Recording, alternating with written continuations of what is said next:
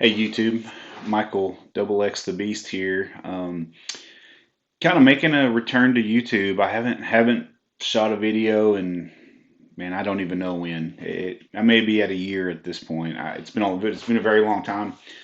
Um, thought I wanted to kind of get started on that again. I downloaded some new editing software, so bear with me. It's my first time using that, so we'll see how the video turns out. But I'm going to start playing around with really trying to make a little bit better quality videos and kind of um, trying some different things. I've wanted to do that for a long time, and my previous job role that I had at work, I just didn't have the time. I was so busy. I've got a lot more time now since I moved into sales, and enjoying that freedom and doing some things. But lots happened in my life. The last 6 months has been a whirlwind, just kind of a madhouse.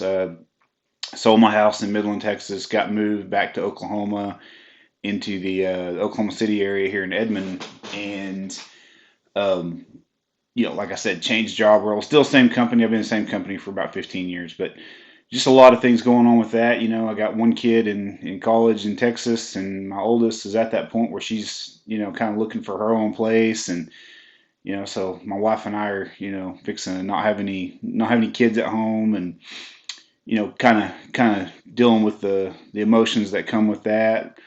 Um, Also, just I've been on a massive weight loss journey the last 8 months, almost to the day. In On March 24th, I started the carnivore diet, and at that point in time, I weighed just a little over 250 pounds. And as of this morning, I was at 184 pounds. So if you haven't seen me in a while, there's a lot less of me now. About 65 pounds lost, a little bit over 65 pounds, and so I feel great. Also, if you haven't seen me in a while, I'm celebrating No Shave November. So I got a beard for another couple weeks, and then I'll probably be shaving this off. I'm not really a beard person, but I do like to grow one every once in a while. Um, Also within that, at the end of September, some people know, some people don't, but unfortunately, I got one of those phone calls nobody wants to get. My brother had passed away in a car wreck, and so we've been kind of dealing with that and all the aftermath that causes. He had 4 kids and has 4 kids, and um, just kind of navigating through that. So, and that also brings me to kind of my next point is collecting, right? All of us that are collectors, whether it's toys, Lego stuff. I got tons of Lego stuff up here behind me, toys all in this office, cards, comic books, whatever it is you collect, right? If you work on vehicles, if you enjoy just spending time in your yard, whatever it is you enjoy, when you kind of go through stuff in your life, you tend to kind of naturally gravitate towards those. And I'm no different, when I get overwhelmed at work or tragedy in my personal life or whatever's going on, I tend to collect more and get really involved and try to focus on things that I enjoy a lot. And that's what I've been doing. I've been collecting a lot, been grading a lot of stuff. Spent a significant part of my budget lately on comic books. I hadn't bought a comic book since 2020, the beginning of 2020. And so over the last 4 months, I've really been buying comic books, and I'm going to shoot some videos, kind of showing some of my comic books and what I picked up. Picked up some really cool stuff. Andy, she blinded me with refractors, and since now we live very close together. We're probably, I don't know, 5 miles apart, maybe, or something. We've been buying a lot of comic books together, and we're getting ready to grade some. Some of them we're gonna flip. Some of them I may buy out his half and keep. We're doing some different things like that, but that's been fun. We're really kind of putting our budgets together on a lot of this stuff and buying some lots and collections and picking out the ones we want to grade and then selling the rest and doing some different things. So that's been a lot of fun. We're going to continue to do that. We're actually going to scale up and do that more, and we'll be talking about that more as we go. Uh, and within all of that, I'm at a weird crossroads because we just moved to this house, and this office is pretty big. You can't see it all. I'll do a video once I get everything set up. You can tell I got bare shelves here and here. I have boxes and totes and crates full of stuff that I haven't even put out yet. And that kind of brings me to that crossroads I was alluding to is I don't plan on moving again until it's to the cemetery when I'm done. So I should be in this house hopefully from now until till the end of my life. Hopefully, if everything works out.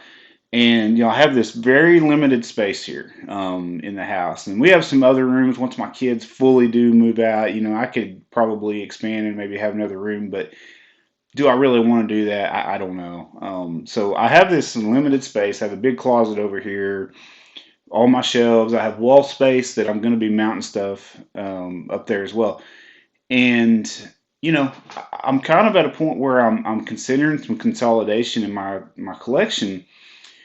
Because of space and also just maybe having what I really want to have. So I've tossed around some different concepts of getting down to maybe only owning 100 cards, 100 comic books, and then only what my shelves, on every side of me, what my shelves and my wall space is. And that way, anytime I would ever want to maybe make another purchase, I would either have to sell something or make a decision to say, is this something I'm going to enjoy more than what I already have? And really make me think through on my purchases so that I'm not just having quantity and volume like I do now. I've got a ton of stuff right now. And so I'm really tossing around, some of that. Saying that, it's very difficult because I have so many, just take my Shane McClanahan collection, for example. I would have to probably get rid of all of them and maybe keep the top 50 or something like that. Um, and then look at everything else besides that and keep my favorite 50 cards or whatever. Or I may would have to get down to say 80 cards, take the money from the sales of everything else, and then go maybe pick up 15 or 20 items to fill out that other 100. So I'm tossing that around with what I want to do, and I'm going to be kind of deciding on that between now and probably when season starts. Because if I did sell baseball cards, it would be March, April, May, that early part of the baseball season. But I am considering some things like that, and it's not that I just necessarily want to sell. It's just I really would love to get down to the things that just mean kind of the most to me that I want to collect. But I'm tossing that around. I am. This is comic book related, even though this video I'm doing right here is more card related. I'm gonna do some comic book videos. One thing comic book related that I am gonna do, I've decided is I'm gonna do the full. I was gonna do the full Amazing Spider-Man run. I've got a bunch of them. I don't know how many. I'd have to pull them out. Probably got a couple hundred of them, I would think.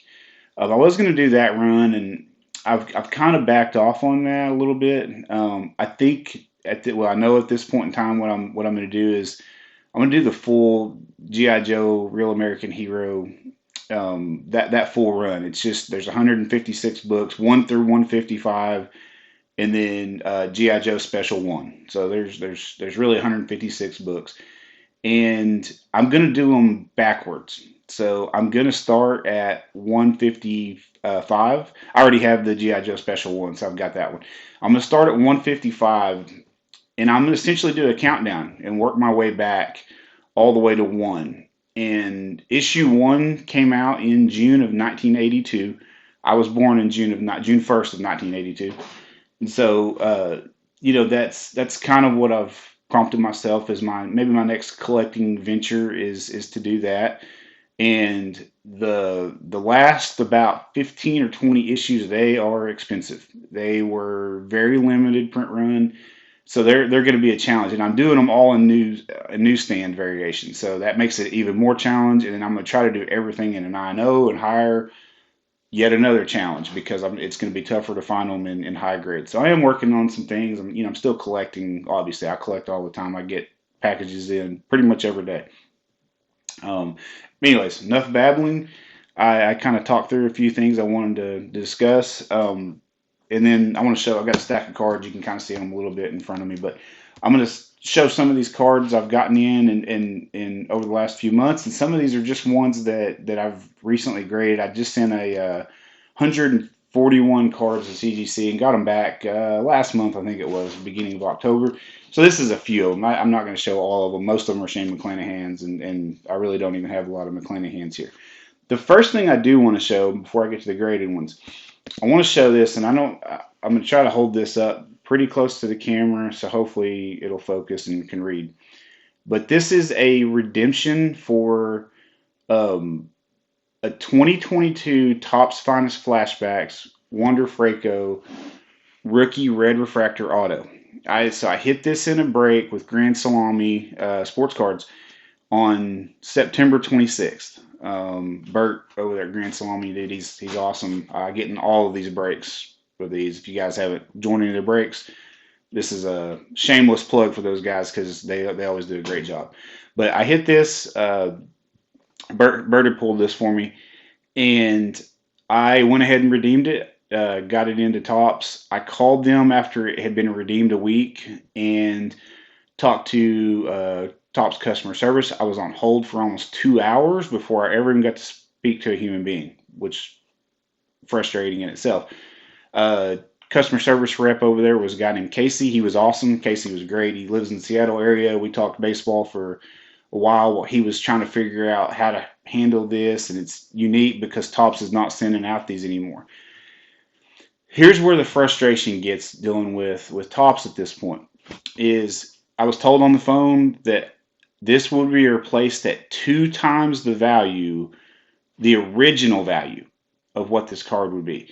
This card was a several $1,000s hit back then. Let's just say the original value was $2,000, low end $2,000. So that would, in my estimation, that would mean 4,000 something in value.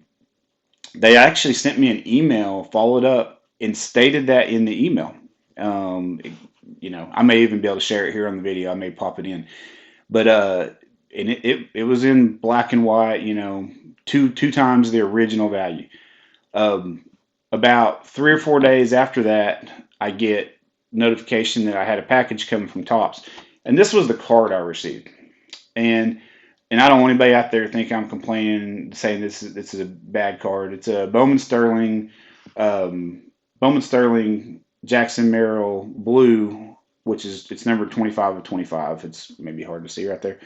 It's probably a $250, $300 card, maybe something like that. So, yes, I'm happy to have something of value instead of a worthless Wander auto at this point in time after all of his issues he's had. Don't want to get into that too much. But it's still not what Topps told me that I was going to receive. So, there's a lot of frustration there. It's not really, I don't know. It's kind of underwhelming that they tell you one thing and then they do another. So anyways, I just want people to if you see a Wander redemption out there and you think, okay, I'm going to be able to send this in and get something amazing, probably not going to happen. This is probably something similar to what you're going to get. And keep in mind that was a red refractor to 5, from Finest, and then you get it replaced with a Sterling to 25. Had I got now, let's say this was card number to 5. At least you can say, okay, top rookie for top rookie number to 5. You can kind of live with it, but I wasn't really okay with that. I'm not horribly surprised or anything like that either. So, I'll send it in, get it graded, and add it to my collection. But definitely just wanted people to be aware. Just want to show 2 cards I got in yesterday, McClanahan's, and this is the only 2 McClanahan's I have in this stack. So I'm going to show these really quick. This is 2024 Topps Chrome. This is the logo fractor. This is the red to 5, and I always like these logo fractors, especially the reds. I don't have either last year's or this year's 1 of 1. I would love to have one of those. And I also got this yesterday. I bought this. Had a guy hit me up on Facebook, and I'm knocking stuff over and getting all offline here. This is from 2024 Topps Series 1, and this is from the All-Star game. This is the letter L. from this is from his 2023 or yeah 2023. Sorry, I had to do the math real quick. 2023 All Star jersey. He did not play in that game. He did all the pregame festivities, all that stuff. So it's an event worn, letter. So it's probably just from him standing out and doing the opening lineups and that sort of thing. But it is a one of one, letter L. I don't have any of the other letters. When those first came out, I was going to try to do the full run. I was already ready ahead of time. And the M popped up on eBay with a buy it now of like $100, and somebody hit it instantly, and I missed it. And so after that, you don't have the M, or you miss one of them. It's not that big a deal. So I just grabbed one letter, and that'll be the only one I probably ever get. Okay, I want to run through these pretty quick. All these cards in the stack, I just got back from my recent submission. None of these are McClanahan's. It's just in various different things I had. Actually showed this yesterday on social media. It's my 98 atomic refractor of Roland, came back a 9. Here's my 97 platinum gold of Nomar, and it came back a 9 with the peel on. It probably jumps up to a 10 with the peel off, but if you know me, that's an altered card if you pull the peel off. I never peel them off. Here is the Pinnacle Mirror Gold, and this may be a one of one. This was, kind of a production card, and then these never came out in packs. It's only one of these I've ever seen, and it came back in 8. It has some bubbles under the peel. You can clearly see them. I just wanted to protect it. I'd been meaning to do that for a long time, and I just hadn't done it. '06 Bowman Chrome Superfractor of Miguel Tejada. I love former MVP Superfractors. This one came back a 9. Most of my Superfractors that I sent in on this one came back 9s. It seemed like just kept getting 9'd constantly.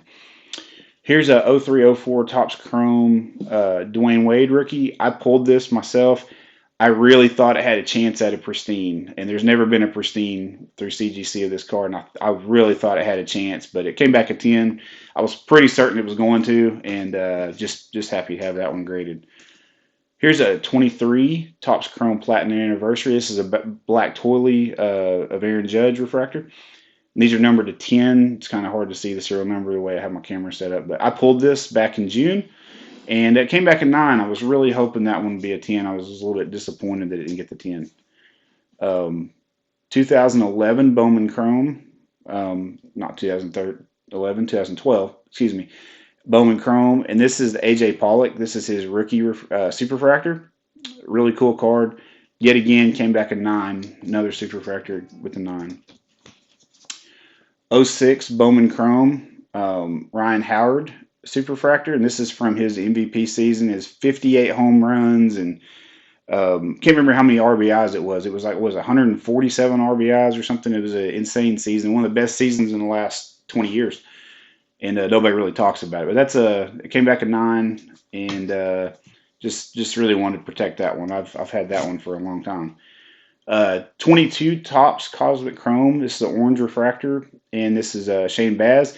Bert over at Grand Salami, he actually pulled this for me in a break, and this typically isn't something I would grade, but I looked it over and I thought, man, this thing's an easy 10, and maybe with a chance of pristine. Sent it in, got the 10.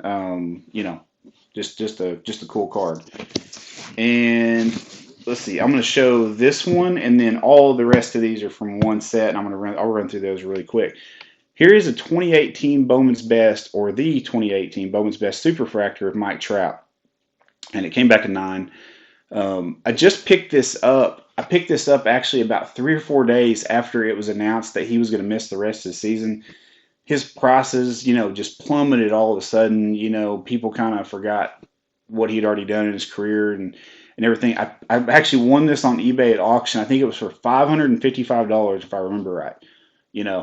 I was like, man, perfect timing. I do not care that he's missing the rest of the year in terms of value.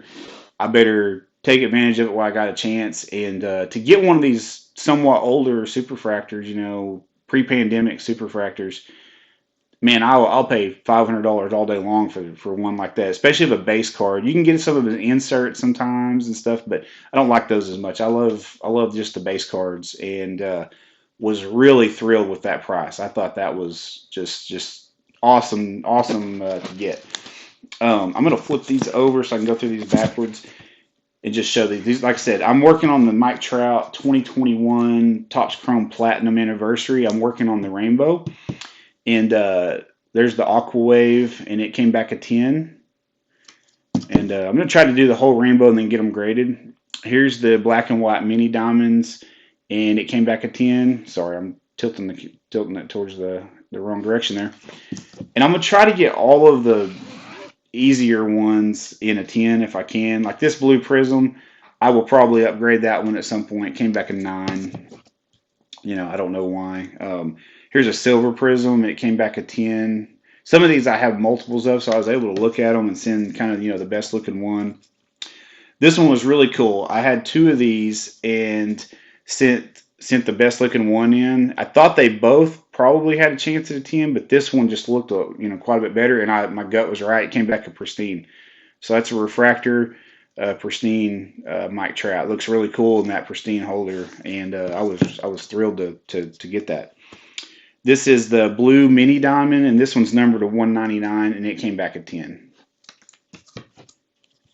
This one is gold and rose gold, the wave refractor, and this one's numbered to 50.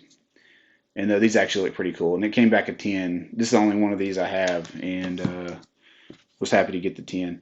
This one I was a little bit disappointed. This is orange and yellow. I was certain this one was going to be a 10, and it came back a 9, and it's numbered to 25. So, I don't know if that's one. If I could maybe find another one pretty easily, maybe you send another one in, but, I'm okay with the 9 on some of the ones that are a little bit more rare, and I kind of have to be because of these next 2 cards. This is the red and black, and it is the one number to 5, and it came back a 9. And these cards, it's really hard just the way I have my camera set up for you to be able to tell, but these cards look awesome. The border has this red shine to it, and then just everything blacked out behind Trout's head, and so these are cool cards.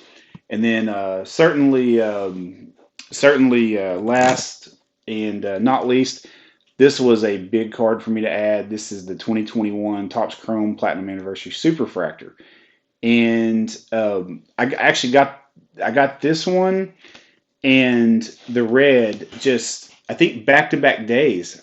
And at the time, I was just planning on getting the Superfractor. I wasn't really going to work on the rainbow. And I immediately turned around to see the red to 5, and I was like, I might as well try it. Even if I don't make it, that's okay. This was kind of like the Bowman's Best one. I picked this one up right about the time he was coming back and got re-injured. It was during that time period when it was speculated that maybe he had already re-injured his knee. And I think this was like $1,000. So I mean, it was way more expensive than the Bowman's Best. But those are really cool cards to have. Trout, he means so much to this generation in terms of the way he's played on the field, and hopefully he can come back and have another couple of healthy seasons. But regardless, he's kind of a legend as it is, and I've always wanted a Superfractor of him, and I've never had even one, and to grab 2 of them this close together, that was awesome. And I may try to add another couple of them if I could find some more that I like that were for what I feel like is a decent price. But anyways, I appreciate everybody for watching. Reach out if you have anything cool, cool to show or cool to sell. If you got any questions about the carnivore diet and and what that's done for me in my life and changing my health over in the last 8 months, reach out. I will give you tips. And there's a lot of people on TikTok and YouTube and things that can walk you through it. But definitely, if you're thinking about making a major life change like that, just reach out to me. It's cool. But anyways, everybody keep collecting, keep collecting what you enjoy, and look for more videos from me, and especially on the comic book side. Thanks for watching.